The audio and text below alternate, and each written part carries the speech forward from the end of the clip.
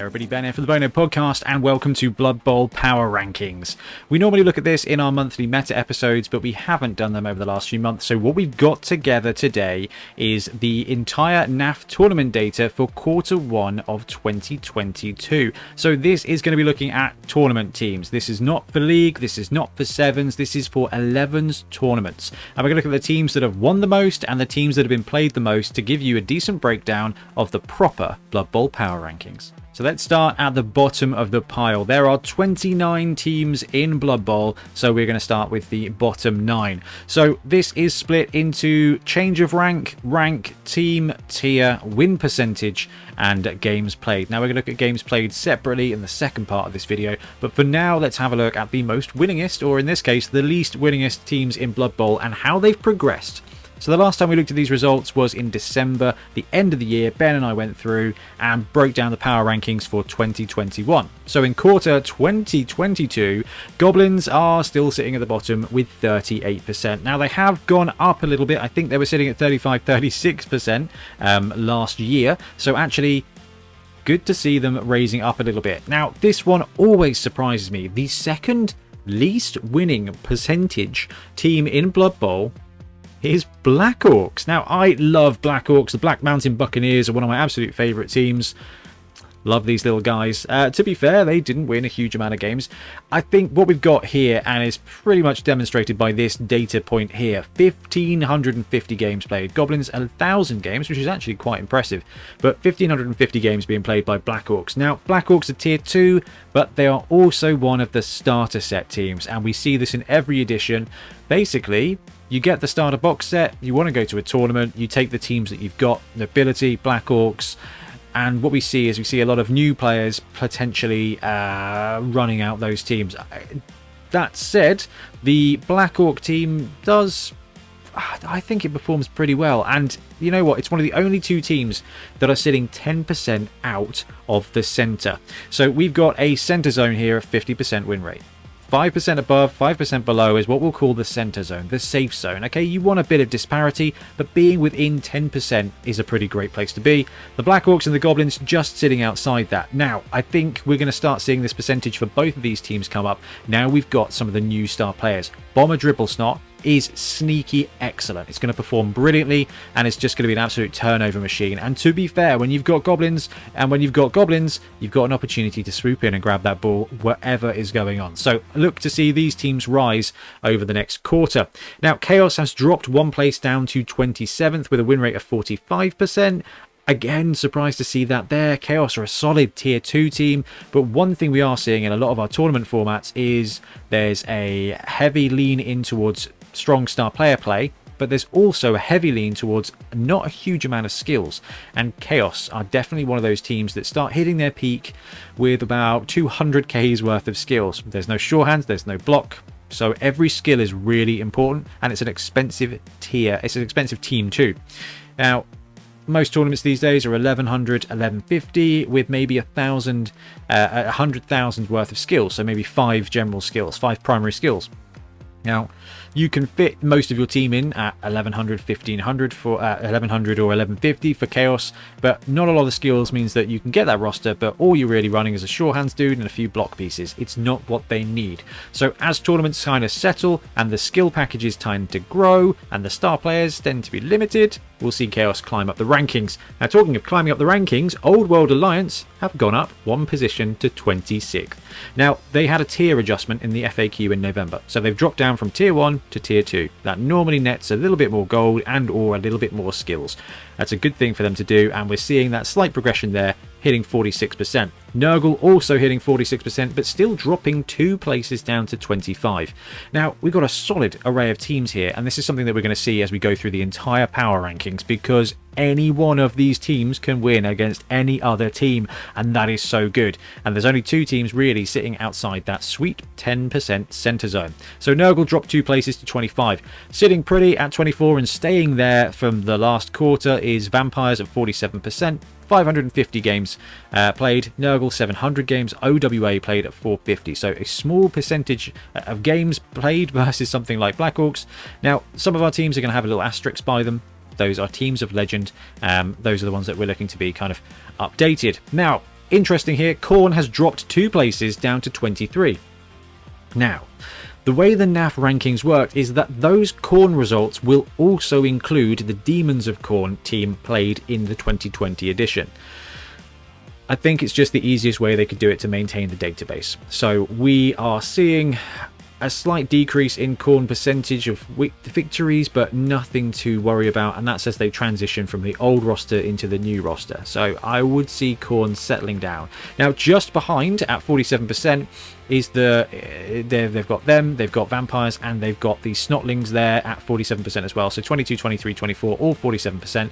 Now, what we do here when it comes to power rankings is we give the edge to the teams that have achieved that percentage with more games. So snotlings there at 950 games played versus Khorne at 650.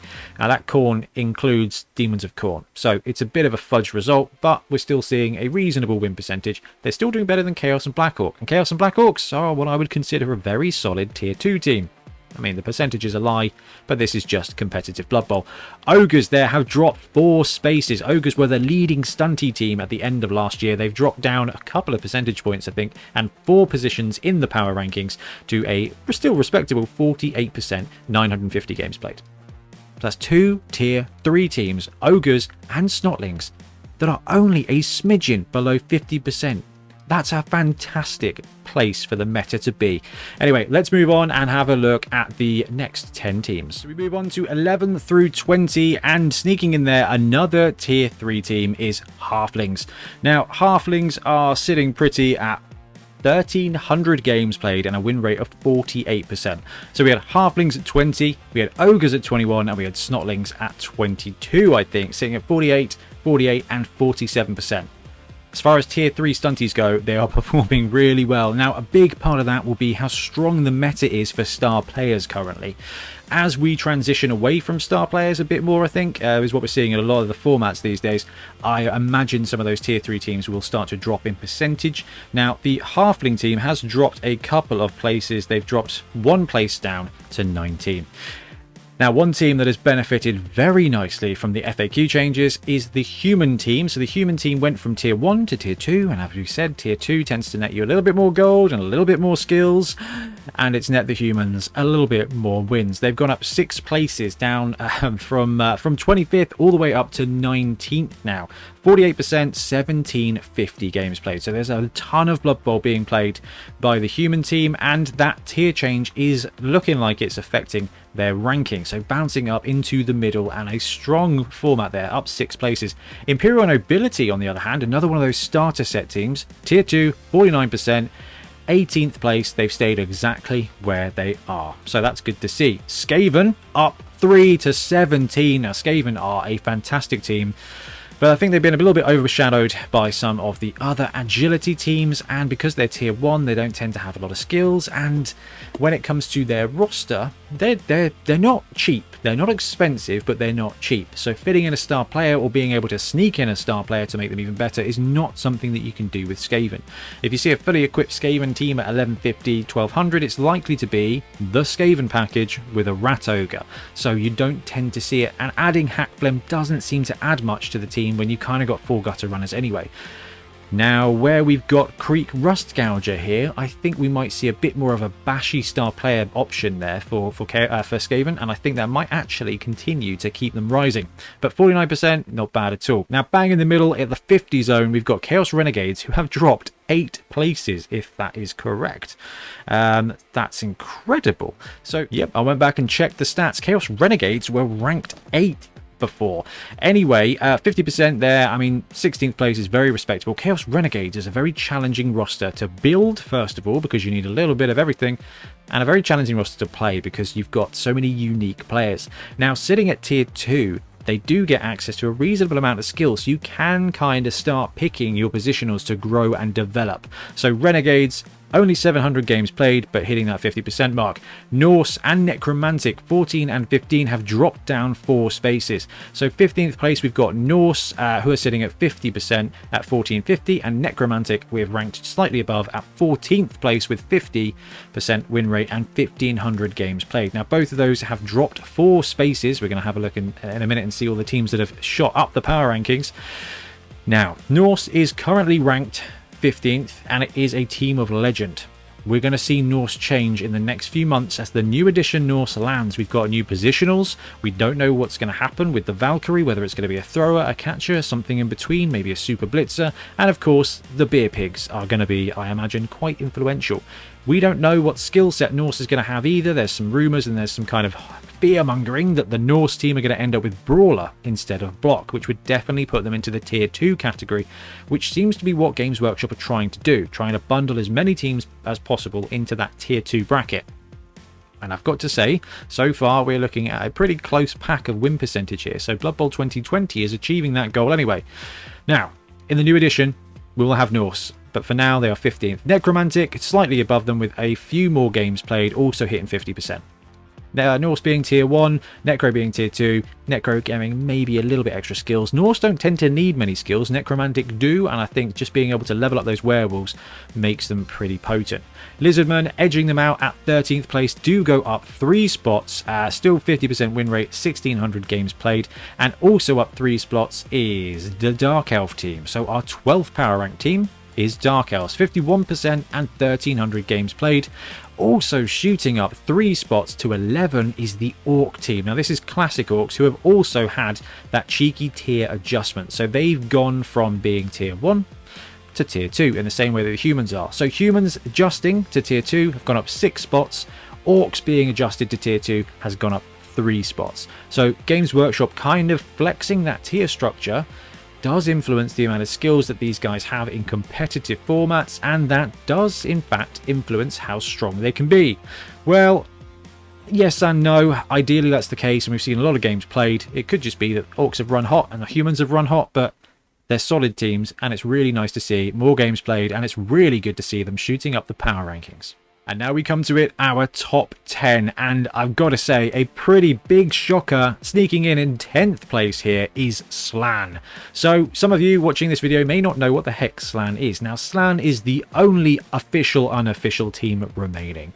So Slann, Bretonnians and the Demon of Khorne were the 3 teams that were kind of mentored and included in the NAF rankings. So there are 3 different teams. Imperial Nobility came and wiped off the Bretonnians by almost replacing them very similarly. Khorne has landed and replaced the Demons of Khorne roster because it's a very similar roster. There's some differences absolutely, but the overall theme of an awful lot of frenzy is definitely there. And we left with Slann. Now Slann is a team of space frogs that have been in Blood Bowl since the 1st edition. There's classic art of these little dudes jumping around. They were of the race that constructed and built the old world, built the Warhammer world, most closely associated with Lizardmen. Now the cool thing is about this is it's a team of space frogs, and their whole deal is that they hop around, which means that they have got the pogo stick rule. So every one of their players can jump around quite a lot, which is an incredibly fun and challenging way to play. They got retconned in Blood Bowl 2 to be the Kislev team, the kind of Russian circus team. Personally, I'm a big fan of the Space Frog theme. Anyway, these guys snuck up and landed at 10th spot there. 52%, only 400 games being played, but still doing a phenomenal job. Now, we had a pretty well-placed Slann team at Beachhead as well, which was cool. Good job, Orkster. Up 3 spaces as well is Elven Union, 52%, 600 games, tier 2. EU are a superb team. They don't need a lot to get cooking, and they are very agile and very scory. They don't have a huge amount in the way of star players that can really affect their team. One thing that we can see, and we do see every now and again, is the Glorial Elven Union build. Basically, Glorial Summerbloom, 150k for the best thrower star player that is available. 60k upgrade, I think, on an Elven Union thrower is definitely something that can happen. Strength 2-piece, so terrible on defense, but a phenomenal offensive player. Undead have dropped 3 spots. They're still at 52% win rate with 1850 games played. So Undead dropping down 3 places into 8th. Amazon and Tomb Kings are staying fast. So Amazon at 7th place with 53%. Tomb Kings at 6th place with 53% as well. 1,000 games for TK and 750 for the Amazons. Both of these teams are also teams of legend. So at some point we are going to see them get reimagined into the Blood Bowl 2020 universe. But for now they are still sitting as solid top 10s. Tomb Kings were a bit of a surprise when they finally placed at the end of last year. There was a lot of great wins for them. We're seeing some cool builds using Wilhelm Chaney, but ultimately, because they're tier 2, they're a slow, ploddy race. You can play a really solid game with Tomb Kings. They're a very interesting, but very, very challenging team to play, and they are massively exceeding my expectations. Now, Dwarves were sitting very tasty up there. They have dropped 1 spot, but they are still in the top 5 with a win percentage of 53%. Now, as we go through the rest of the top 5, we'll kind of talk about why and what that meta is. Wood Elves are back. We've seen this team jump up straight into the top 5, up 5 places in the last 3 months, and Wood Elves hitting a win percentage of 54%. Only 650 games have been played, but I think people have kind of got over the fact that Leap was nerfed, but it's still pretty great. You can leap most places on a 3+ or a 4+, and with a reroll, those are still great odds to be able to put one of the best players in Blood Bowl into the best positions in Blood Bowl, which is punching the ball carrier right in the face when you're backed up with 11 Edge 2+ movement 7-8 players. It's just filthy. Wood Elves do a really good job. If you watched any of the Bonehead Championship, you'll kind of know why. Chaos Dwarves sitting at 3 with 54%, 1300 games played. They've not moved. High Elves and Underworld are our top 2 teams in the power rankings. So Underworld and High Elves have both had a tier adjustment. Basically, they were tier 2 before, which meant they got more gold and more skills. Now they're tier 1, which means they get less gold and less skills, and because of that, we are seeing the Underworld roster get a little bit less wins. So this video, I think, is going out on Monday, which means on Sunday was the updated Underworld tournament rosters. So we can see that that Underworld tournament roster has been squeezed a little bit, with Hack Phlegm going up, with Swarming being affected, and that tier adjustment mostly affecting skills. Now, they were sitting, I think, at 65% win rate, and they've dropped to 61. High Elves, I think, however, have increased their win percentage. I don't remember them being as high as 58%, but we're still seeing, even with the tier adjustment, High Elves are continuing to perform well. And one thing you will see is that the top performing teams will start getting more games. The more games they play, the more games they're likely to lose. So it's going to be an interesting one to see. The good thing is that Underworld and High Elves are sitting outside of that sweet center spot of 10%. But the Underworld team is coming more into line, and I would hope to see that decline a little bit further. High Elves and Chaos Dwarves, they're both in the top 5. Both being teams of legend mean that, again, they are up for a jolly good reimagining at some point this season as well. So we'll kind of probably see them drop a little bit too. But Dwarves and Chaos Dwarves are performing so very well in the top 5, because if you look at the other teams that are in the top 5, the teams that are played the most often, there is a lot of stunty. There is a lot of dodge kicking around, and, you know, we've got the Amazon team here, we've got Underworld, which is just dodge all over the place. A team with solid block and tackle pieces like Chaos Dwarves and Dwarves are going to do very well in a meta environment like that. And then there's just High Elves sitting outside it, chilling away, doing great stuff with Armor 9+ and Edge 2+. Solid work. So this is our power rankings for wins. Let's have a look and see the power rankings for most popular teams. As before, we're going to start with the bottom 9 here. Slann, OWA and Vampires all dropping some spots there. Vampires down 2 spots, OWA and Slann 1 spot apiece. Slann, the least played team, which makes a lot of sense as they are quite unofficial. Not even Team of Legend unofficial. They're the most unofficial team in Blood Bowl, and I really want them to come back. But 400 games played competitively, only just less than OWA. Now, OWA sitting there with that tier adjustment, we may see them become a little bit more popular if and when we see tournaments flex a little bit more towards supporting tier 2 teams. You could see OWA incentivized a little bit more. Vampires dropping 2 spots, another team of legend, 550 games played, and High Elves there. I mean, we talked about High Elves, 550 apiece with Vampires and High Elves. So we've got 2 teams of legend in the bottom 4 and 1 NAF only team. OWA, a challenging one. So the bottom 4 teams are significantly underplayed. Now, only just above that, Elven Union are down 1 spot in the game's most played, down to 600 in the 25th place. Now, we're seeing Khorne come up here, and that is because we've included them this time, and we didn't include them last time because it was Khorne is dead. Now, Khorne is kind of semi-dead and has been blended. They've gone up 5 spaces there to 24 at 650 games played. That is Demons of Khorne and New Khorne put together. Demons of Khorne is no longer, but the results have carried over and the games recorded have carried over. 23rd Wood Elves, 22nd Nurgle, 21 Chaos Renegades, 700 games for Renegades, 700 games for Nurgle. And the Wood Elves there, even though we are seeing a bit of an increase in games and a definite increase in win percentage, still only 650 games played.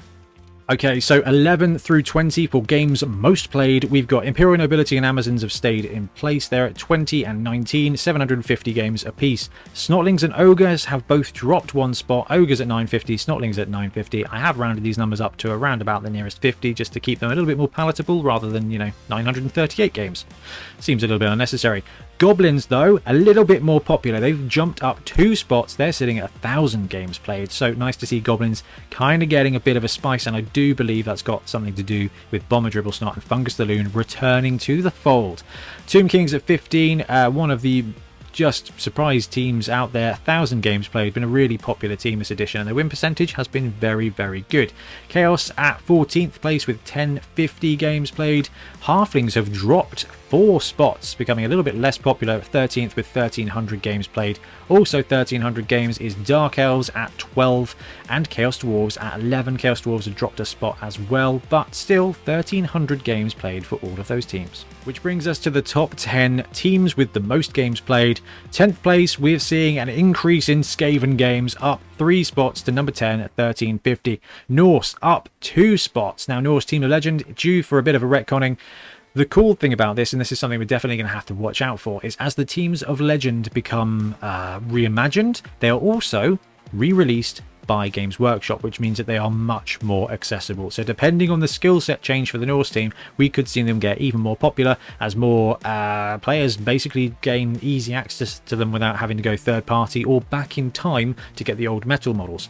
Underworld, though, I think probably affected by all of the things that hit them: Hackflem's price increase, swarming, and of course their tier adjustment, are down 4 spots, still sitting at 1,450 games played though. Necromantic have gone up 1 spot, as have Black Orcs, as have Lizardmen. So Lizards at 5, Black Orcs at 6, and Necromantic at 7. Lizardmen 1,600 games, Black Orcs 1,550, and Necromantic 1,500. Humans, even though we're seeing their win percentage jump up, we're seeing their games played drop ever so slightly. They've gone down into 4th place with 750 games played. Orcs have jumped up 2 spots, so it's really good to see that the 2-tier teams, the 2-tier adjusted teams that have gone from the old base set, so Orcs and Humans, both in the top 4 now of games most played. Orcs sitting at 1,800 and Humans sitting at 1,750. Undead stay number 2 with 1,850 games, and Dwarves stay the most played team in Tournament Blood Bowl, or at least NAF official Tournament Blood Bowl, at 1,900 games so far. So if you're going to a tournament, you can definitely expect to see some of these teams, which is really interesting because there's a nice mix there. We've got Underworld, we've got Skaven, we've got Lizards for your kind of fast offense, you've got Dwarves, you've got kind of Orcs, you've got some slow teams, you've got some strong teams, you've got some mid-range teams. A real mixed bag. I'm a big fan of this mix. Okay, so there we have it, the quarter 1 power rankings for Tournament Blood Bowl. Now we're going to look at doing a league one, but that is going to be a little bit more challenged because there's basically no results for league. This is going to be about our take on the power for league, and then I'm hoping to track down Stephen Knowles to do a 7s power ranking at some point too, because 7s I think is an understated format, and it is probably my favourite way to play Blood Bowl. Anyway, do let me know what you think of the power rankings, whether anything surprised you there. I'm surprised by some of the teams, and definitely not where I thought it would be going into 2021, let alone after seeing Blood Bowl 2020 being played for an entire year. Awesome to see, and if you consider how many games are being played, such a lot, such a great thing, because more Blood Bowl is more better. Anyway, thanks very much for watching. We'll be back soon with more Blood Bowl content. Happy blocking. Thanks very much for watching. We really appreciate your support. If you want to help support the channel even further, please like and subscribe, or come join us on our Patreon. We have early access to content, we get loads of feedback from you guys, and we try and do competitions as much as we can. Or you can get yourself some Bonehead podcast merch on our Spreadshirt site. So if you want to support a team, especially for the Bonehead Championship, you can pick up a shirt, a mug, things like that. It all helps support the channel, and we really appreciate it. Anyway, links below. Thank you very much. Happy blocking.